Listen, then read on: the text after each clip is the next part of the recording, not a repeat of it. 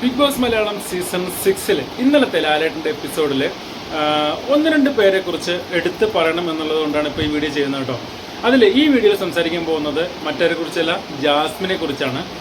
നമുക്കറിയാം ജാസ്മിൻ എന്ന് പറയുന്നത് വീടിനകത്ത് ബിഗ് ബോസ് സീസൺ 6 തൻ്റെ എതിരാളികളായിട്ട് വരുന്ന ആളുകളെ നാക്കുകൊണ്ട് പറഞ്ഞ് ഇരുത്താൻ കഴിവുള്ള ഒരു വ്യക്തിയാണ്.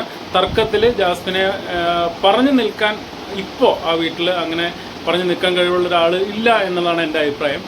പക്ഷേ ഇതേ തർക്കം നമ്മുടെ ലാലേട്ടൻ്റെ അടുത്തും ജാസ്മിൻ പ്രയോഗിച്ചപ്പോഴാണ് ശരിക്കും മനസ്സിലായത് ഹൗസിലുള്ള ആളുകളെ പോലെ അല്ല ലാലേട്ടൻ എന്നുള്ളത്. ലാലേട്ടൻ കറക്റ്റായിട്ട് പറഞ്ഞു അവിടെ ഇരിക്കുക എന്ന് പറഞ്ഞാൽ അവിടെ ഇരുത്തി.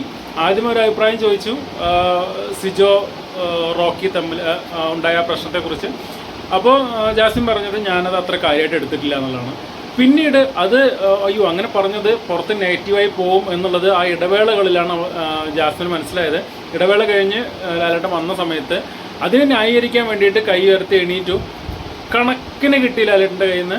ആദ്യം ചോദിച്ചപ്പോൾ ഒരു അഭിപ്രായം പറഞ്ഞു, അത് മതി, ഇനി അതിനെ വിശദീകരിക്കാൻ വരണ്ട എന്ന് പറഞ്ഞ് വീണ്ടും ജാസ്മിൻ ഇടയിൽ കയറി തർക്കിക്കാൻ വേണ്ടി വന്ന സമയത്ത് കറക്റ്റായിട്ട് ലാലേട്ടൻ പറഞ്ഞു, പറഞ്ഞാൽ അനുസരിക്കുക, അവിടെ ഇരിക്കുക എന്ന് പറഞ്ഞ് കറക്റ്റായിട്ട് അവിടെ ഇരുത്തി.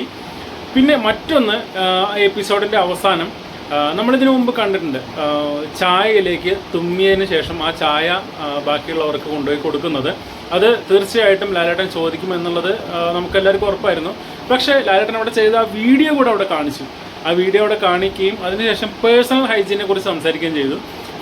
ഈ എപ്പിസോഡിൽ തന്നെ, അതായത് ഇന്നലത്തെ എപ്പിസോഡിൽ തന്നെ ജാസ്മിൻ പറഞ്ഞിട്ടുണ്ടായിരുന്നു ഞാൻ ഒന്നരാട് മാത്രമാണ് കുളിക്കാറുള്ളത് എന്നുള്ളത്.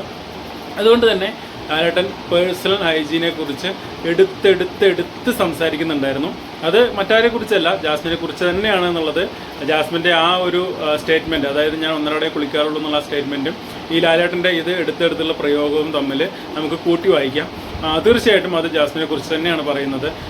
പിന്നെ മൊത്തത്തിലൊരു ഹൈജീൻ കുറവുണ്ട് എന്ന് ലാലേട്ടൻ്റെ എടുത്ത് പറയുന്നുണ്ട്. അതിന് ശേഷമാണ് ഈ വീഡിയോ കാണിക്കുന്നത്. അപ്പോൾ ഇന്നലെ ജാസ്മിന് ശരിക്കും ഒരു ജാസ്മിൻ്റെ ഏറ്റവും മോശപ്പെട്ട ഒരു ദിവസം, അതായത് ബിഗ് ബോസ് ഹൗസിലെ ഏറ്റവും മോശപ്പെട്ട ഒരു ദിവസമായിട്ട് മാറിയിട്ടുണ്ട് കേട്ടോ.